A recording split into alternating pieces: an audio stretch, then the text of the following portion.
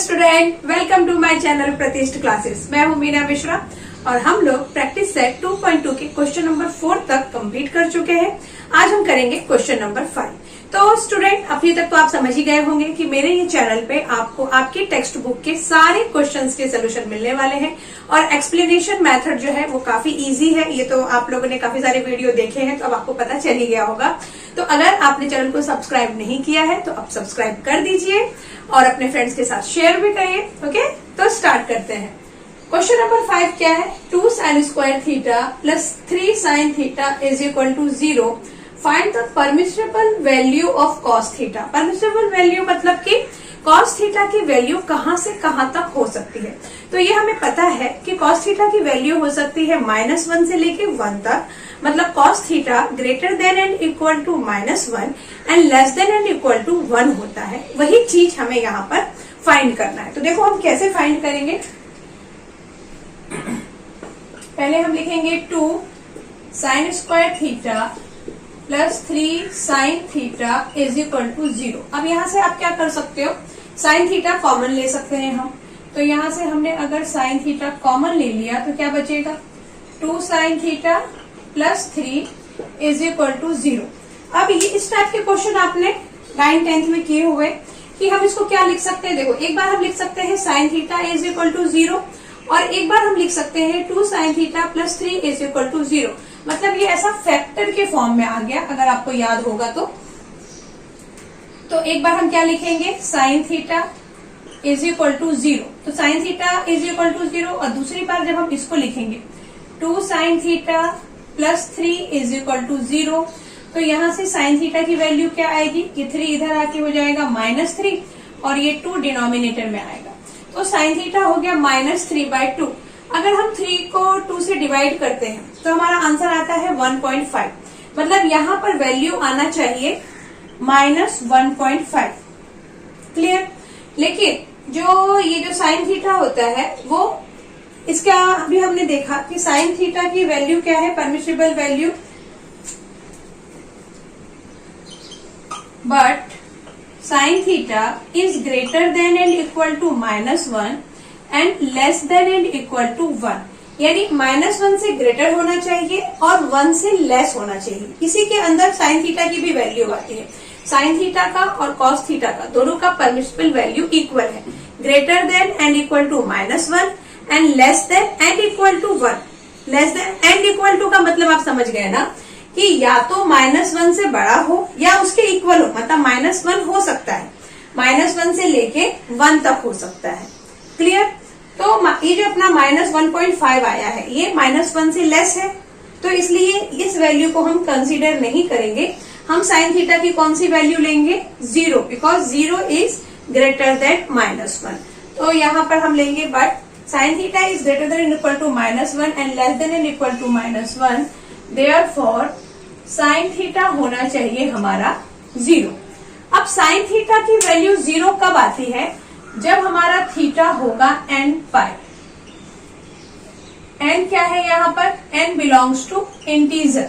इसका मतलब ये हुआ कि देखो, ये हमने जब क्वेश्चन सॉल्व किए हैं इससे पहले वाले एक्सरसाइज में 2.1 में, तो उसमें आपने देखा है कि अगर हमारा एंगल इसके ऊपर है, मतलब यहाँ पे देखो n⁻ लिखा है, n⁻ का मतलब ये हुआ कि अगर मैंने n के प्लेस पे रख दिया 1 तो n⁻ मतलब 180।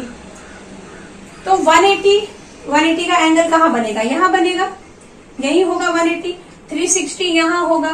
तो 180 और 360 ये जो भी होंगे ये सब यहीं पे इधर ही होने वाले हैं। तो अगर यहाँ पे यदि x एक्सिस पे अगर वैल्यू है, एंगल अगर x एक्सिस पे बन रहा है तो इसका मतलब यहाँ पे y की वैल्यू कितनी होने वाली है? 0। तो y अगर 0 है तो sin थीटा तो हमेशा 0 ही होगा ना, क्योंकि y is equal to sin theta होता है। तो अगर n⁻ है या 2π है या 3π है या 4π है, कुछ भी है, तो उसका एंगल कहाँ बनेगा? इसके ऊपर, x एक्सिस के ऊपर ही वो बनेगा। और x एक्सिस के ऊपर बनने की वजह से वो क्या हो जाएगा? y वहां पे 0 आएगा और y 0 आने की वजह से हमारा जो sin थीटा है वो 0 आएगा। यानी sin theta is equal to 0। तो थीटा कितना हो गया? n⁻, where n is integer. Integer क्यों? क्योंकि अगर यहाँ रहा तो माइनस में आता है वैल्यू, इधर है तो प्लस में है। तो ये चीज अब आप समझ गए कि साइन थीटा 0 मतलब थीटा की वैल्यू आएगी n pi, where n is integer. अच्छा, अगर साइन थीटा 0 है तो इसका मतलब कॉस थीटा क्या आएगा, 1 आएगा या -1 आएगा। ये भी अच्छा, मैंने ये भी मिटा दिया क्योंकि यहाँ पर मान लीजिए यहाँ पे हमारा एंगल यहाँ बन रहा है एंगल 360 का। अगर एंगल बना तो कुछ यहाँ बनेगी 360 यही होगा कि यहाँ से पूरा वापस एक राउंड मार के आएगा, तो यहाँ पे ये बना 360।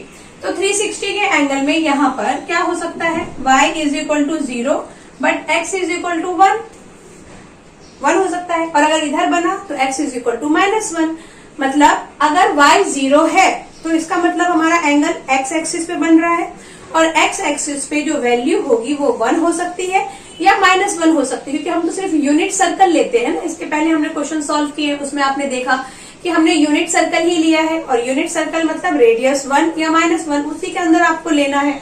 तो अगर साइन थीटा 0 है तो इसका मतलब कॉस थीटा कितना होगा, कॉस थीटा होगा हमारा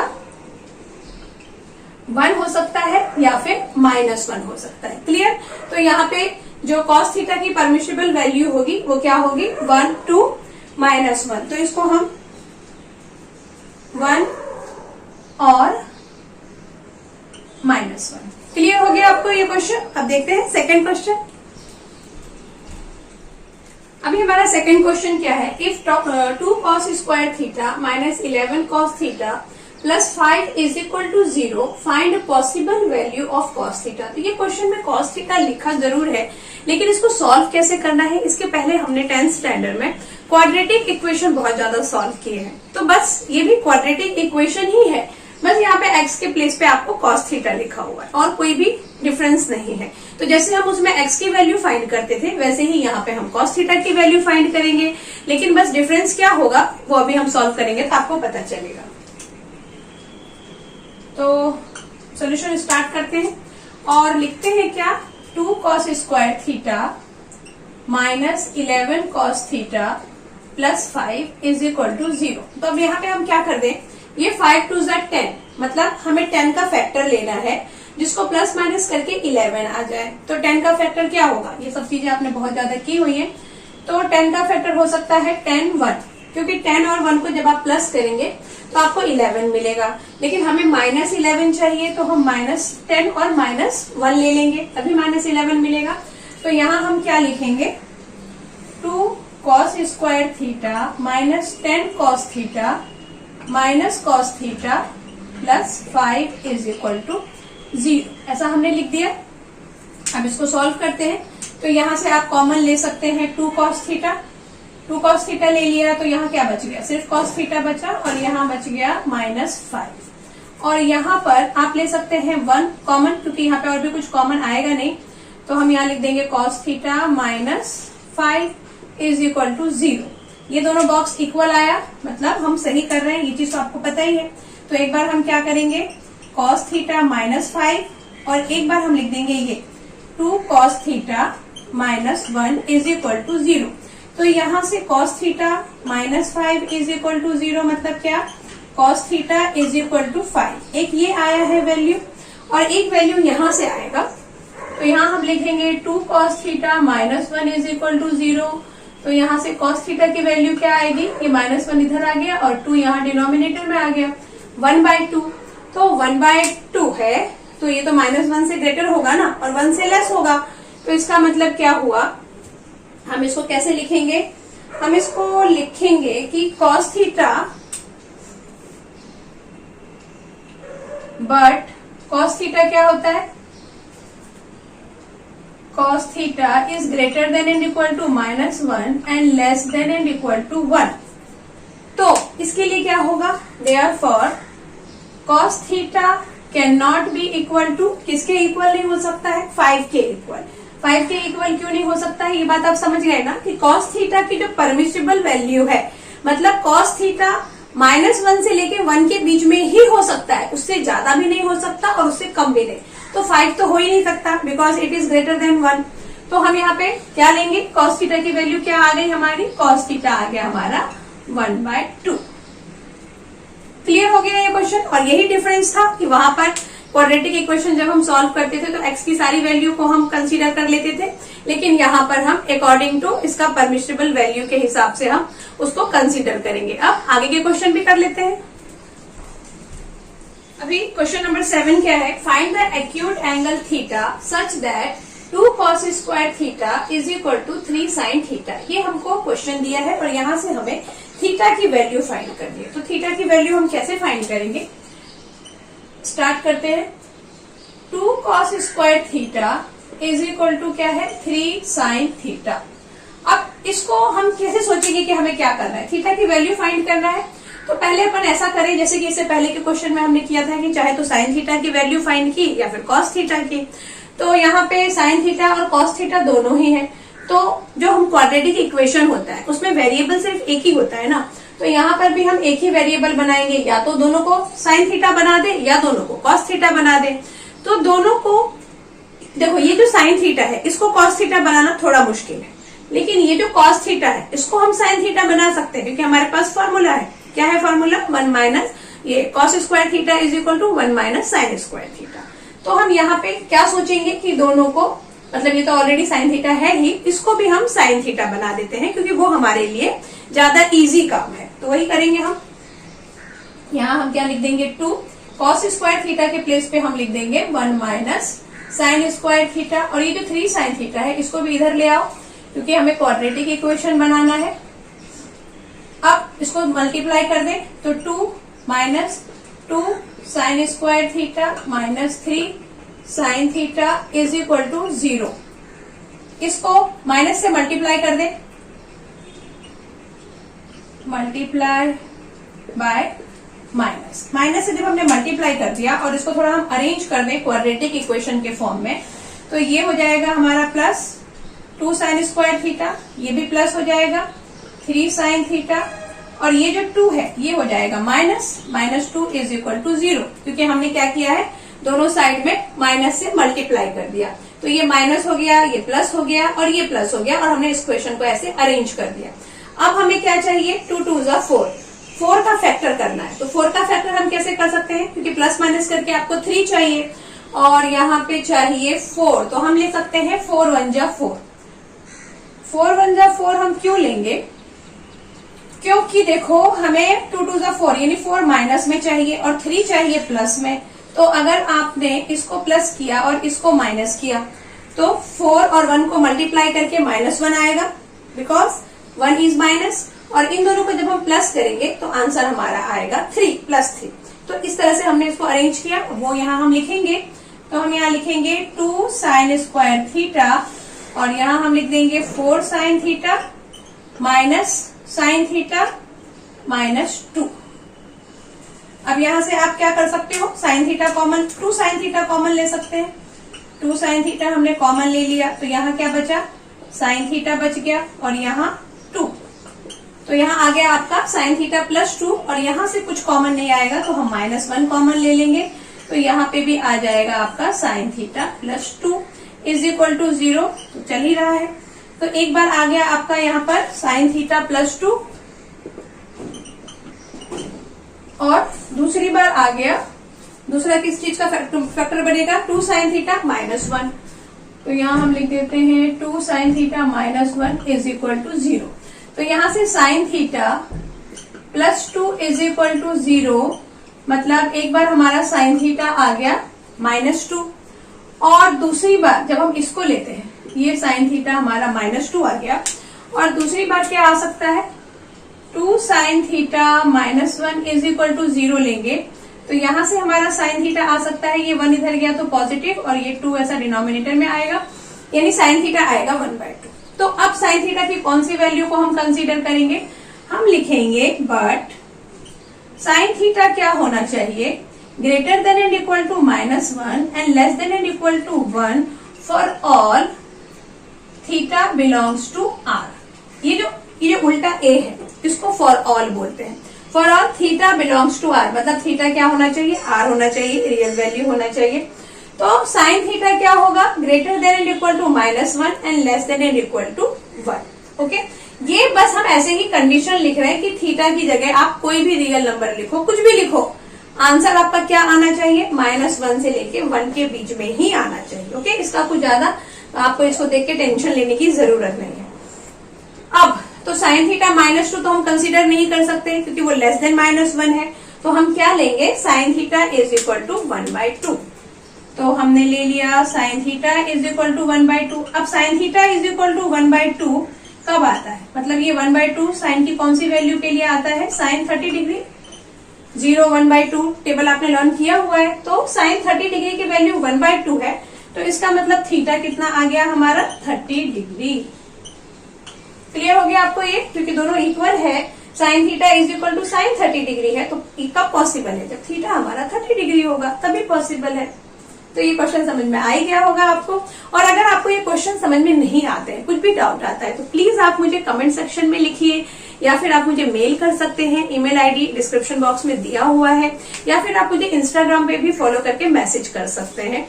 तो मैं वहां पे आपको मतलब कोशिश करूंगी कि नेक्स्ट जो वीडियो हो उसमें मैं सब कुछ आपको क्लियर कर दूं। तो ये क्वेश्चन समझ में आ गया। अभी आगे के क्वेश्चंस।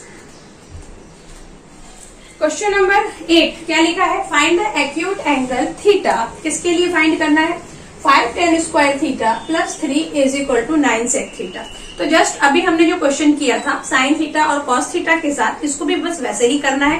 पहले हमें क्वाड्रेटिक इक्वेशन बनाना पड़ेगा। तो क्वाड्रेटिक इक्वेशन में जैसा कि मैंने आपको पहले भी बताया कि कोई एक ही इसमें रेशो होना चाहिए। तो ये 10 ले लें या सेक ले लें। अगेन सेक को 10 बनाना थोड़ा मुश्किल है, लेकिन tan स्क्वायर थीटा है, तो यहाँ हम डायरेक्ट हमारी आइडेंटिटी यूज करके इसको सेक बना सकते हैं। तो देखते हैं कैसे सॉल्व करना है। हम क्या लिखेंगे, 5 tan स्क्वायर थीटा प्लस 3, ये 9 को इधर ले आओ, तो -9 sec theta is equal to 0। अब आप tan स्क्वायर थीटा की प्लेस पे क्या लिख सकते हो, हम लिख सकते हैं sec square theta -1 plus 3 -9 sec theta is equal to 0। अब मल्टीप्लाई कर दें तो ये हो जाएगा 5 sec square theta -5 plus 3 -9 sec theta is equal to 0। अब यहां से क्या हो सकता है, 5 sec स्क्वायर थीटा, ये -5 एंड +3 कितना आ जाएगा, -2 -9 sec theta is equal to 0। इसको थोड़ा अरेंज कर दें क्वाड्रेटिक इक्वेशन के फॉर्म में।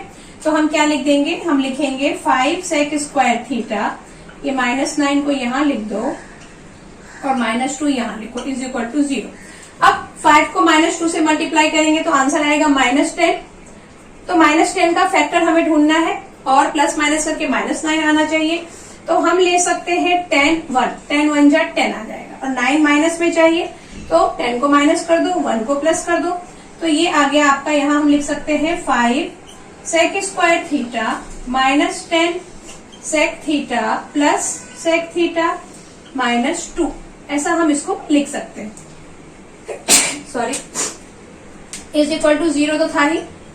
अब क्या हो सकता है, देखो यहां से हम कॉमन ले सकते हैं 5 sec थीटा।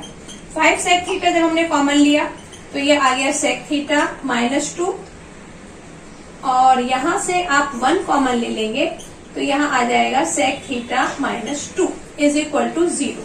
तो एक बार हम लिखेंगे sec theta plus 5 sec theta plus 1, एक आएगा हमारा, और दूसरे में आ जाएगा sec थीटा -1, sec थीटा -2, 1 नहीं है, sec थीटा -2 है, इज इक्वल टू 0। तो यहाँ से जब हम इसको लेंगे तो हम लेंगे 5 sec theta plus 1 is equal to 0। तो यहाँ से sec थीटा की वैल्यू आपकी आएगी -1/5। ओके, और ये आ गया -1/5।